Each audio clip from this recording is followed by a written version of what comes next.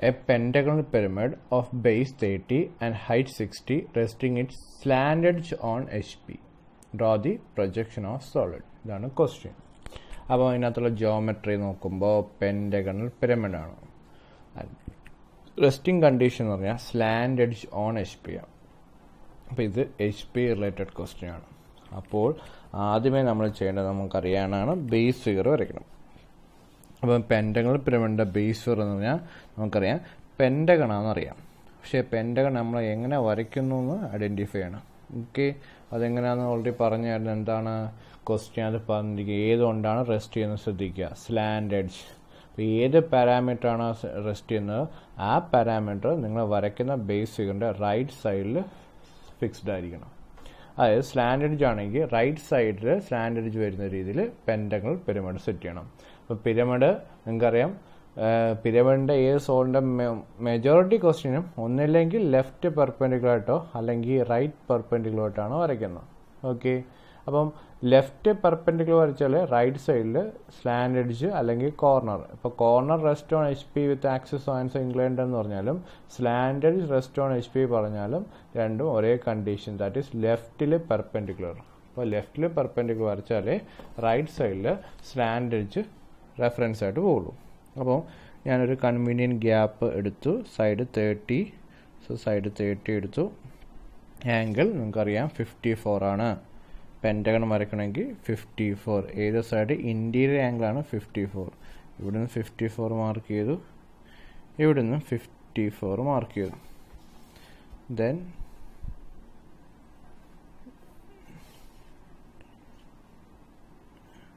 Intersect ചെയ്യുന്ന point എടുത്തു. Then compass എടുക്കുക, സെൻറ്റർ ലൊക്കേറ്റ് ചെയ്തതിന് ശേഷം ഈ ഡയമെൻഷൻ. ഓക്കെ, സർക്കിൾ ലൈറ്റർ സർക്കിളാണ്, ഡാർക്കഡ് സർക്കിളാണ്. ദെൻ ഒരു സൈഡ് മെഷർ ചെയ്തതിന് ശേഷം ഫസ്റ്റ് കട്ടിങ് ശ്രദ്ധിച്ച് നോക്കുക, ഇവിടെ വെച്ച് സെക്കൻഡ് കട്ടിങ്, ഇവിടെ ഏതെങ്കിലും ഒരു പോയിന്റ്, രണ്ടും ഒരേ കണക്ക് ഒരു തേർഡ് പോയിന്റ്. ഓക്കെ, 3 കട്ട് ചെയ്തു. ദെൻ ജോയിൻ ചെയ്യാം. ദെൻ ഡാർക്കായിട്ട് തന്നെ ജോയിൻ ചെയ്യാം, എല്ലാ പോയിന്റിൽ കൂടെ ഡാർക്കായിട്ട് ജോയിൻ ചെയ്യാം. അപ്പം നമുക്ക് ടോപ്പ് വ്യൂവിൻ്റെ, അതായത് പെൻറ്റഗണൽ പിരമിഡിൻ്റെ ബേസിക് ജോമെട്രി ആവും. ദെൻ ഇത് പിരമിഡ് ആയതുകൊണ്ട് നമുക്കറിയാം സ്ലാൻഡ് എഡ്ജസ് വിസിബിൾ ആണ്. അപ്പോൾ സ്ലാൻഡ് എഡ്ജസ് ഡാർക്കൻ ചെയ്യണം. പ്രിസം ആണെങ്കിൽ ഈ ഡാർക്കനിങ് ചെയ്യത്തില്ല. ഓക്കെ, എല്ലാ പോയിന്റും ഡാർക്കൻ ചെയ്തു. ഇനി നെയിമിങ് ഞാൻ അസ്യൂം ചെയ്തിരിക്കുന്ന ഈ point A, B, C, D, E, axis O, ഡൗൺവേർഡിൽ O1. നമുക്ക് ഫ്രണ്ട് വ്യൂ വരയ്ക്കണമെങ്കിൽ നമുക്കറിയാം എല്ലാ പോയിന്റിൽ നിന്നും ലൈറ്റ് വെർട്ടിക്കൽ, ബട്ട് പിരമിഡ് ആണെങ്കിൽ അപ് ടു ബേസ് ലൈൻ വരെ വരയ്ക്കുക എക്സെപ്റ്റ് ആക്സിസ് ലൈൻ മാത്രം ലോങ് ആൻഡ് ഷോർട്ട് ലൈനെ എക്സ്റ്റെൻഡ് ചെയ്യുക. കണ്ടല്ലോ, ബാക്കി എല്ലാ പോയിന്റും ബേസ് ലൈൻ വരെ. അപ്പോൾ B വരയ്ക്കുമ്പോൾ ഓട്ടോമാറ്റിക്കായിട്ട് D കൂടെ പാസ് ചെയ്യും. C എക്സ്റ്റെൻഡ് ചെയ്തു. നമുക്ക് നോക്കാം, പിരമിഡിൻ്റെ ഏത് പിരമിഡായാലും ഫ്രണ്ട് വ്യൂ ട്രയാങ്കിളാണ്, ഏത് പ്രിസത്തിൻ്റെ ആയാലും ഫ്രണ്ട് വ്യൂ റെക്ടാങ്കിളാണ്. അപ്പം ട്രയാങ്കിൾ വരയ്ക്കണമെങ്കിൽ ഹൈറ്റ് ഓഫ് ദ പിരമിഡ് 60. അപ്പോൾ 60 ഹൈറ്റ് എടുത്തതിന് ശേഷം കട്ട് ചെയ്തു, ജോയിൻ ചെയ്തു. നമുക്ക് ഫ്രണ്ട് വ്യൂ ഔട്ടർ പോർഷനായി നമുക്ക് വിസിബിലിറ്റിയും കൂടെ നോക്കാം. പോയിന്റ്സ് ലൊക്കേറ്റ് ചെയ്യാം. അവിടെ നിന്ന് ആരോ ഹെഡ് ഇട്ടുവാണെങ്കിൽ എയും ഇയും. അപ്പോൾ ആരോ ഹെഡിന് അടുത്തുള്ള point എവയാണ് E, A' Thottum bracket E'. Then B ഉണ്ട്, D ഉണ്ട്. അപ്പോൾ ഈ പോയിന്റ് B' വിത്തും ബ്രാക്കറ്റ് D'. അപ്പോൾ C മാത്രമേ ഉള്ളൂ, C'. ദെൻ ആക്സിസ് പോയിന്റ് കാണിക്കണം O', O1'. ഇവിടെ നോക്കുവാണെങ്കിൽ ഓൾറെഡി അതിൻ്റെ ഔട്ടർ കാണിച്ചിട്ടുണ്ട്. ഇനി ഈ പോയിന്റ് ഇതുമായിട്ടുള്ള ലൈന് ഡാർക്കാണോ ഡോട്ടാണോ അറിയണം. അപ്പോൾ അത് നോക്കുക, OB ആണ്. ബ്രാക്കറ്റിന് വെളിയുള്ള പോയിന്റ് നോക്കുക, OB. അപ്പോൾ OB ഉണ്ട് ഇവിടെ കിടക്കുക, അപ്പോൾ ആരോഹഡിന് നിയർ ആയതുകൊണ്ട് അത് വിസിബിൾ ആണ്. ദെൻ OD ഉണ്ട്, അത് ഇൻവിസിബിൾ ആണ്, ബട്ട് അത് OB വിസിബിൾ ആയതുകൊണ്ട് OD ബാക്ക് സൈഡിലായതുകൊണ്ട് ഇൻവിസിബിൾ ആണ്. പക്ഷെ അത് ഇവിടെ കാണിക്കേണ്ട ആവശ്യമില്ല കേട്ടോ, കാരണം ഇത് ഓട്ടോമാറ്റിക്കലി ഇതിനകത്തൊരു ഡാർക്ക് ലൈന് ഡോട്ട് വരച്ചിന് നമുക്ക് ഐഡൻറ്റിഫൈ ചെയ്യാൻ പറ്റില്ല. അപ്പോൾ ഇത് ഇത്രയായി. ഇതിപ്പോൾ നമ്മൾ ബേസ് ഫിഗറായി. ഇനി നമ്മൾ എന്ത് ചെയ്യണം, HP റിലേഷൻ വരയ്ക്കണം. ഇവിടുത്തെ HP relation slant edge on HP ആണ്. അപ്പോൾ നമ്മൾ എടുക്കേണ്ട സ്ലാൻഡ് എഡ്ജ് എന്ന് പറഞ്ഞാൽ ഈ ലൈൻ, ഇതാണ് സ്ലാൻഡ് എഡ്ജ്. നമ്മൾ ഇങ്ങോട്ടാണ് റൊട്ടേറ്റ് ചെയ്യുന്നത്. ഇവിടെ സ്ലാൻഡ് എഡ്ജ് ആണ് O ഡാഷ് C ഡാഷ് ആണ്. അപ്പോൾ നമ്മൾ സ്ലാൻഡ് എഡ്ജ് HP എന്ന് പറഞ്ഞാൽ റെസ്റ്റ് ചെയ്യുന്ന പറഞ്ഞാൽ അതുകൊണ്ട് നമ്മൾ റെഫറൻസ് ലൈനോട് സെറ്റ് ചെയ്യണം. O ഡാഷ് C ഡാഷ് എടുത്ത് ഒരു കൺവീനിയൻറ്റ് പൊസിഷനിൽ കൊണ്ടുവന്ന് കട്ട് ചെയ്യുക. ഓക്കെ, അപ്പോൾ നമ്മൾ ഇതെടുത്ത് ഇങ്ങനെയാണ് കട്ട് ചെയ്തത്. അപ്പോൾ O ഡാഷ് ഇവിടെ വരും ആൻഡ് C ഡാഷ് ഇത് വരും. അപ്പോൾ എൻ്റെ കയ്യിൽ ഈ ലൈൻ ഇവിടെ വന്നു. ഇതിന് കറസ്പോണ്ടിങ് ആയിട്ട് ഈ ബാക്കി എല്ലാ പോയിന്റ്സും ഇവിടെ വരണം. സോ അതിനുവേണ്ടി എത്ര ചെയ്യുക, ഈ ഏതൊക്കെ പോയിന്റ് ഉണ്ടോ നോക്കുക. ആ പോയിന്റ് ഇവിടെ നിന്നുള്ള ഡിസ്റ്റൻസ് എടുത്തിട്ട് കട്ട് ചെയ്താൽ മതി. ഇപ്പോൾ എനിക്ക് A ഡാഷ് E ഡാഷ് കിട്ടുകയാണെങ്കിൽ C ഡാഷിൽ നിന്ന് A ഡാഷുള്ള ഡിസ്റ്റൻസ് എടുക്കുക, C ഡാഷിൽ നിന്ന് ഒരു ആർക്ക് വരയ്ക്കുക. എവിടെയാണെന്ന് എനിക്കറിയത്തില്ല. പിന്നെ എൻ്റെ കയ്യിലുള്ള പോയിന്റ് O ഡാഷാണ്. O ഡാഷിൽ നിന്ന് നമുക്ക് A കിട്ടാൻ വേണ്ടി A ഡാഷുള്ള ഡിസ്റ്റൻസ് എടുത്ത് ഇവിടുന്ന് ആ എയിൽ O ഡാഷ് വെച്ച് കട്ട് ചെയ്യുക. ഇൻ്റർസെക്റ്റ് പോയിന്റ് ഏതാണ് ഇവിടെ എഴുതിയിരിക്കുന്നത് A dash back E dash.